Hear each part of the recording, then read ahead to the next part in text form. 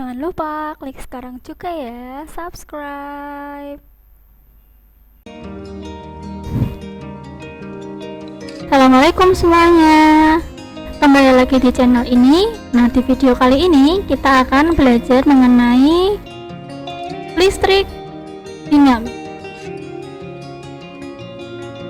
Pada sebelumnya, di video sebelumnya itu kita sudah belajar mengenai listrik statis ya. Sekarang kita belajar mengenai listrik dinamis.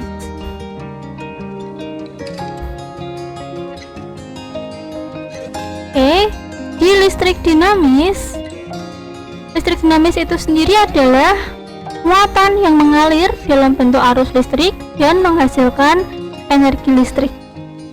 Jadi, listrik dinamis itu adalah muatan yang mengalir. Sedangkan di listrik statis yang sebelumnya itu adalah muatan yang berada dalam keadaan diam. Di listrik dinamis ini yang pertama kita akan pelajari yaitu tentang arus listrik. Arus listrik itu adalah muatan yang mengalir tiap waktu. Jadi di sini pada gambar ini itu adalah ada muatan yang mengalir gitu ya. Ini adalah aliran dari arus listrik dari kutub positif ke kutub negatif. Jadi arus listrik itu mengalir dari potensial tinggi ke potensial rendah. Namun elektron mengalir dari potensial rendah ke potensial tinggi. Potensial tinggi itu adalah seperti ini ya. Jadi protonnya itu lebih banyak daripada elektronnya. Biasanya kita sebut dengan muatan positif. Sedangkan potensial rendah itu adalah terdiri dari elektron yang lebih banyak daripada protonnya, atau biasanya kita sebut dengan muatan negatif. Nah, arus listrik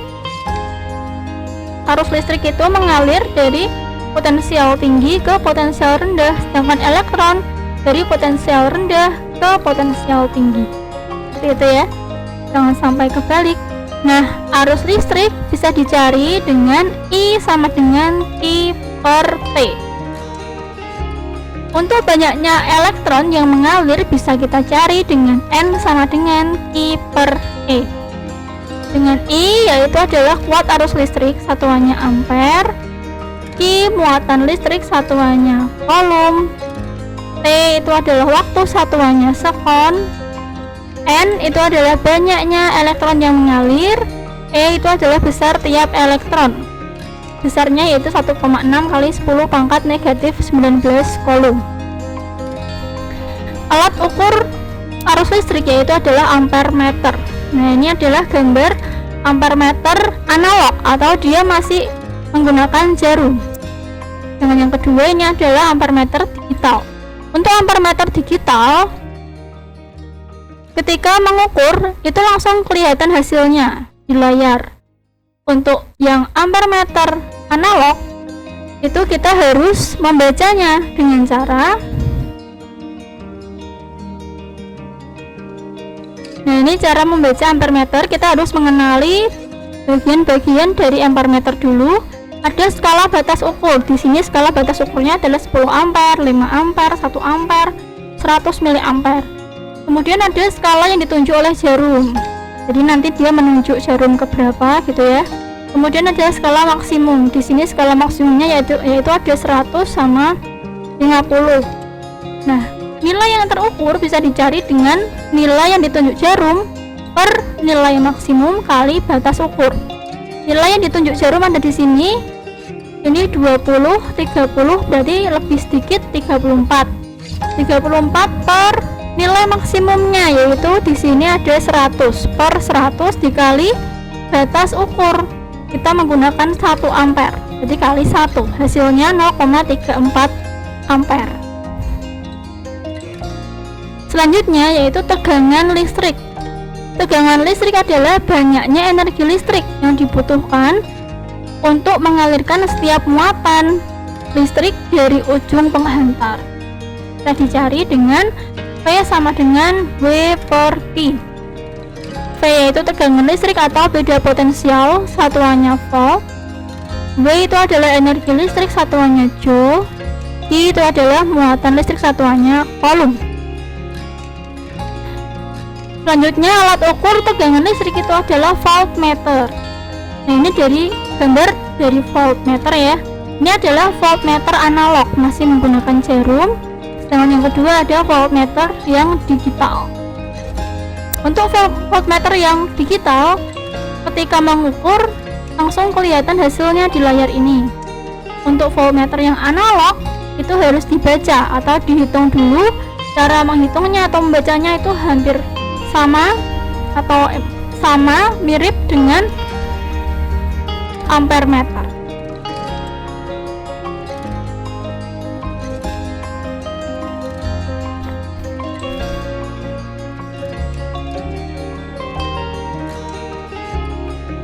Selanjutnya yaitu ada contoh soal.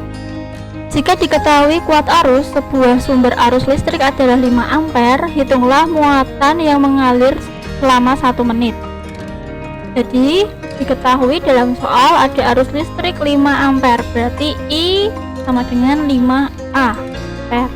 Kemudian mengalir selama 1 menit, T sama dengan 1 menit. Kita jadikan ke detik atau sekon menjadi 60 detik.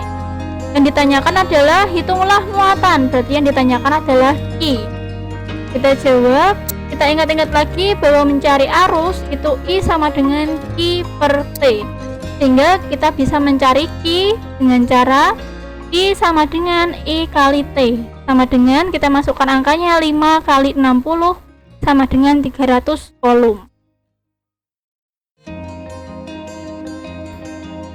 Selanjutnya yaitu ada hambatan listrik. Hambatan listrik sendiri itu adalah perbandingan antara tegangan listrik dari suatu komponen elektronik dengan arus listrik yang melewatinya. Hambatan listrik yang pertama yang akan kita pelajari yaitu hambatan pada kawat. Jadi kawat yang terbuat dari bahan konduktor gitu ya, bisa mengalirkan atau menghantarkan listrik. Nah, kawat itu sendiri seperti yang ada di dalam kabel itu sendiri adalah menjadi hambatan. Jadi semakin panjang kawat itu akan hambatannya juga akan semakin besar. Kita lihat dulu cara mencari hambatan pada kawat, yaitu R sama dengan Rho kali L per A. Jadi hambatannya itu sebanding dengan panjang kawatnya, ya, dan berbanding terbalik dengan luas penampangnya. Jadi semakin panjang kawat itu hambatannya akan semakin besar. Jika kita mengecas HP, kabelnya lebih panjang, itu baterai akan terisinya lebih lama daripada kabelnya pendek, karena kabelnya sendiri itu adalah menjadi hambatan. Dengan keterangan yaitu R sama dengan hambatan listrik pada kawat, satuannya ohm untuk hambatan ya. Rho hambatan jenis kawat, satuannya ohm meter. L itu adalah panjang kawat, satuannya meter. A luas penampang kawat, meter kuadrat. Hambatan listrik yang kedua yaitu mengenai hukum ohm. Hukum ohm menyatakan bahwa perbedaan tegangan pada penghantar akan sebanding dengan arus yang melewatinya. Bisa dicari dengan, karena tegangan itu sebanding dengan arus, maka V sama dengan I dikalikan dengan hambatannya R. Atau bisa juga kita buat segitiga, V itu I kali R. Jika kita mau mencari I berarti V per R. Jika kita mau mencari R berarti V per I. Dengan keterangan yaitu V adalah tegangan listrik atau beda potensial, satuannya volt.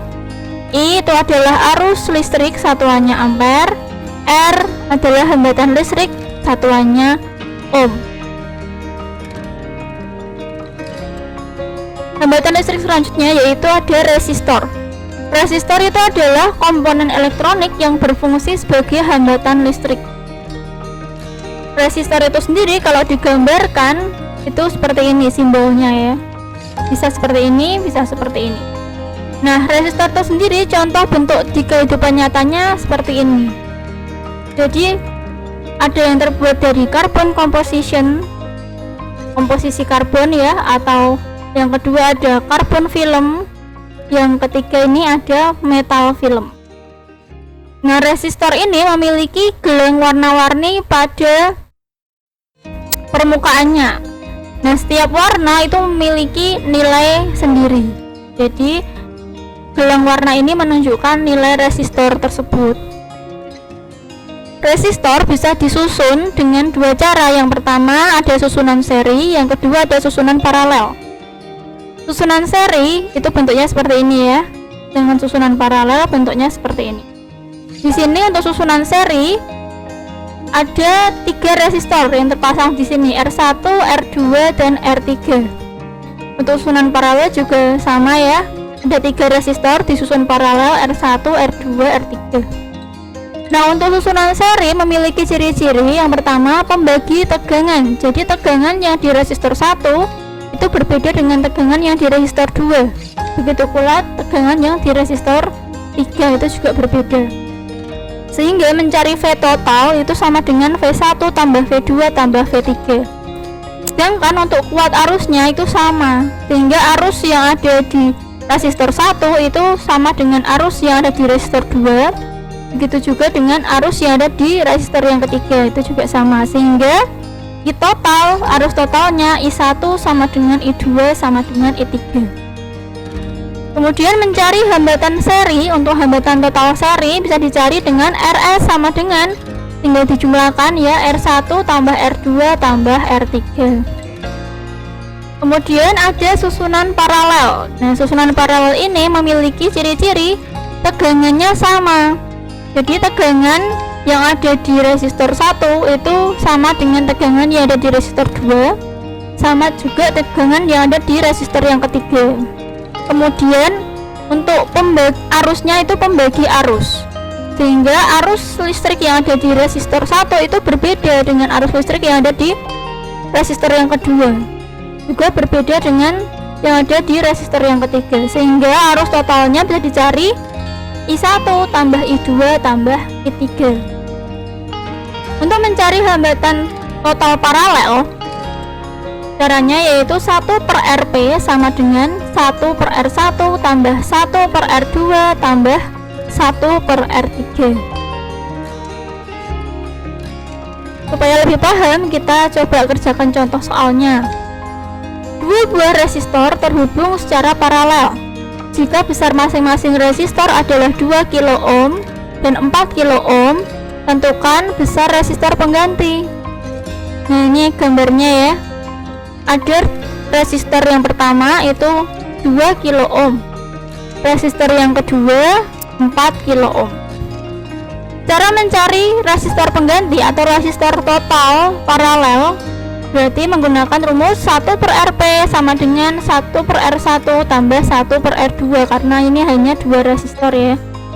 Selanjutnya kita masukkan angkanya. 1 per Rp sama dengan 1 per 2, R1 nya 2 tambah 1 per 4, untuk R2 nya 4. Kita samakan penyebutnya menjadi per 4 semua ya. 1 per Rp sama dengan 2 per 4 tambah 1 per 4, sehingga kita jumlahkan 1 per Rp sama dengan 3 per 4. Nah, untuk mencari Rp yang sebelah kanan ini dibalik, Rp sama dengan 4 per 3, hasilnya 1,33 kilo ohm. Nah, selanjutnya kita akan belajar mengenai hukum Kirchhoff. Hukum Kirchhoff ini mempelajari tentang arus listrik. Ada 2 hukum Kirchhoff. Yang pertama, hukum Kirchhoff 1 menyatakan bahwa jumlah arus yang masuk dalam suatu percabangan sama dengan jumlah arus yang keluar percabangan. Perhatikan gambar ini. Di sini ada 5 cabang ya, mulai arus 1, 2, 3, 4, 5. Jumlah arus yang masuk dalam suatu cabang sama dengan jumlah arus yang keluar dari percabangan, sehingga bisa dirumuskan sigma I masuk sama dengan sigma I yang keluar. Di sini siapa saja yang masuk? Kita lihat anak panahnya. I1 masuk, I3 dan I4, sehingga arus yang masuk ada I1 ditambah I3 tambah I4. 4 sama dengan arus yang keluar. Di sini yang keluar adalah I2 dan I5 sehingga sama dengan I2 tambah I5. Supaya lebih jelas, coba kita perhatikan gambar ini. I1 5 ampere, I2 10 ampere, I3 4 ampere, I4 ditanyakan I5 nya 4 ampere. Berarti kita mencari I4. I masuk sama dengan I keluar. Di sini yang masuk adalah I5 dan I2. Berarti I2 tambah I5 sama dengan yang keluar ada I1, I3 dan I4. Berarti I1 tambah I3 tambah I4.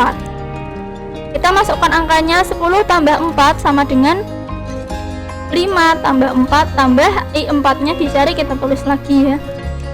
Kemudian kita jumlahkan 10 tambah 4 14 sama dengan 5 tambah 4 9 ditambah I4, kita tulis lagi sehingga I4 itu sama dengan, dipindah ruas ya, 14 dikurangi 9 hasilnya 5 ampere.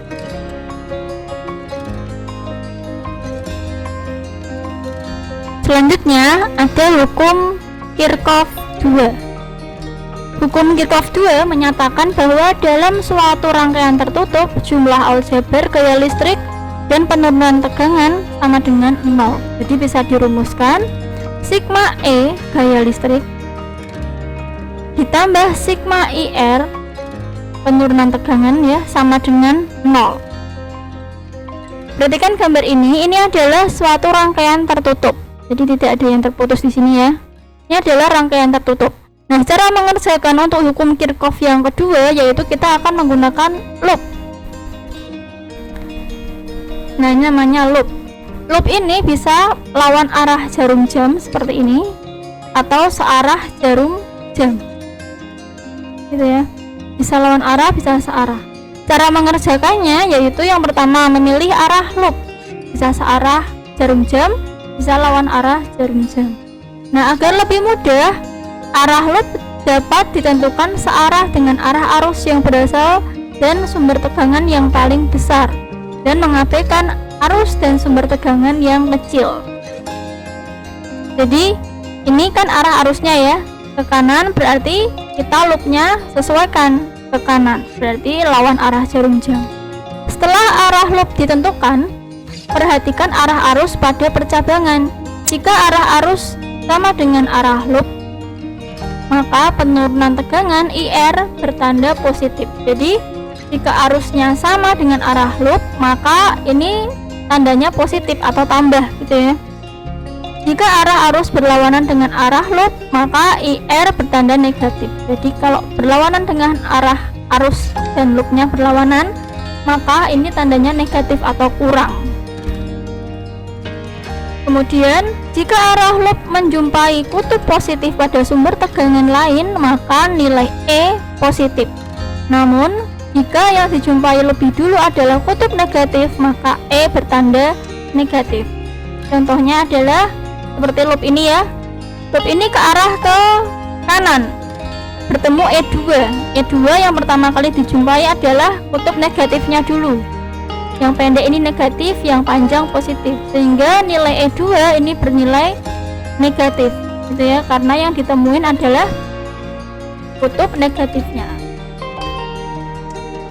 Pada rangkaian ini kita bisa uraikan dari formula ini, yaitu sigma E ditambah sigma IR sama dengan 0. Kita lihat loop bertemu dengan E2, bertemu kutub negatifnya, sehingga E2 bernilai negatif. Kemudian dia berputar lagi ketemu dengan E1. E1 bertemu dengan kutub negatifnya, berarti E1 juga negatif. Berarti negatif E2 dikurangi E1. Kemudian loop searah dengan I, arah arusnya, berarti dia penurunan tegangannya tambah atau positif ya. Sehingga ditambah I kali R1 ditambah I dikali R2 sama dengan 0. Kita sederhanakan sehingga negatif E2 dikurangi E1 ditambah I dikali R1 tambah R2 sama dengan 0. Nah, itu untuk penguraian rumus dari rangkaian tertutup ini. Nah, supaya lebih paham, kita coba kerjakan contoh soalnya. Hitunglah arah arus yang mengalir dalam rangkaian tersebut. Nah, ini ada rangkaian tertutup. Loopnya sudah ditentukan pada gambar ini, yaitu lawan arah jarum jam. Kita masukkan ke dalam rumusnya, sigma E ditambah sigma IR sama dengan 0. Kita ikutin arah loopnya. Loop bertemu dengan E2. Yang pertama dijumpai adalah kutub negatif, sehingga E2 nya itu negatif. Ditambah, kemudian berputar lagi bertemu dengan E1. E1 yang ditemuin adalah kutub positifnya terlebih dahulu, berarti E1 nilainya positif atau tambah gitu ya. Kemudian kita lihat arah loopnya searah dengan arus, berarti sigma IR nya positif atau tambah I, kemudian R nya kita jumlahkan R1, R2, dan R3. Kita masukkan angkanya. Negatif E2 nya adalah 12, berarti negatif 12 tambah E1 nya adalah 6, tambah 6 ditambah I R1 nya 2 ditambah R2 nya 6 ditambah R3 nya 4 sama dengan 0. Kita jumlahkan. Negatif 12 tambah 6 adalah negatif 6 ditambah I 2 tambah 6 tambah 4, I dikali 12 sama dengan 0. Kita cari I nya, kita pindah negatif 6 menjadi I kali 12 sama dengan 6, sehingga I sama dengan 6/12, hasilnya 0,5 ampere. Selanjutnya yaitu tentang energi listrik. Energi listrik adalah energi yang disebabkan oleh aliran muatan listrik dalam suatu rangkaian listrik tertutup. Energi listrik bisa dicari dengan cara yang pertama, W sama dengan V kali I kali T. Untuk lebih mudahnya kita baca fit. Nah, W sama dengan V kali I kali T ini bisa kita uraikan lagi dengan sesuai dengan hukum Ohm ya. V sama dengan I kali R, kita masukkan ke rumus ini menjadi W sama dengan I kali R kali I kali T, atau kita baca irit supaya lebih mudah untuk dihafalkan. Nah, V kali I kali T ini juga bisa diuraikan lagi. Ini diubah menjadi I sama dengan V per R. Kita masukkan ke sini menjadi W sama dengan V dikali V per R dikali T. Kita sederhanakan menjadi rumus yang ketiga, yaitu W sama dengan V kuadrat per R kali T. Jadi energi listrik ada 3 rumus sesuai dengan apa yang diketahui di dalam soal. W sama dengan energi listrik satuannya joule, V tegangan listrik satuannya volt, I itu adalah arus listrik satuannya ampere, R itu adalah hambatan listrik satuannya ohm, T itu adalah waktu satuannya S, sekon. Oke, selanjutnya yaitu ada daya listrik. Daya listrik adalah banyaknya energi yang dibutuhkan tiap satuan waktu. Daya listrik bisa dicari dengan P sama dengan W per T, energi tiap waktu gitu ya.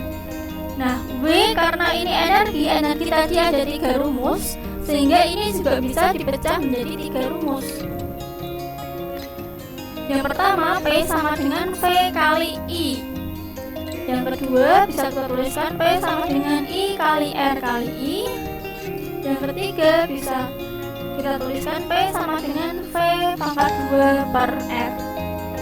P itu adalah daya listrik satuannya watt. Supaya lebih paham lagi, kita coba kerjakan contoh soalnya. Berapa besar hambatan total pada sebuah lampu yang bertuliskan 120 volt dan 60 watt? Jadi di sini ada 120 volt, yaitu adalah tegangan listrik, dan 60 watt itu adalah daya listriknya. Yang dicari adalah besar hambatan total, berarti hambatan R. Sehingga yang diketahui P sama dengan 120 volt, P 60 watt. Sehingga kita bisa menggunakan rumus P sama dengan V pangkat 2 per R. Kita mencari hambatannya, berarti R ya, sama dengan V pangkat 2 per P. Kita masukkan rumus. angka rumusnya, yaitu R sama dengan 120 pangkat 2 per 60, sehingga hasilnya adalah 240 ohm. Nah, itu tadi adalah penjelasan materi mengenai listrik dinamis. Jika kalian belum memahaminya, silahkan kalian putar kembali videonya sampai kalian paham. Untuk meningkatkan pemahaman kalian, silahkan kalian kerjakan 4 soal ini. Kemudian, jika ada pertanyaan, silahkan tulis di kolom komentar. Oke teman-teman, selamat belajar. Terima kasih. Wassalamualaikum warahmatullahi wabarakatuh. Jangan lupa subscribe, like, comment, and share ya.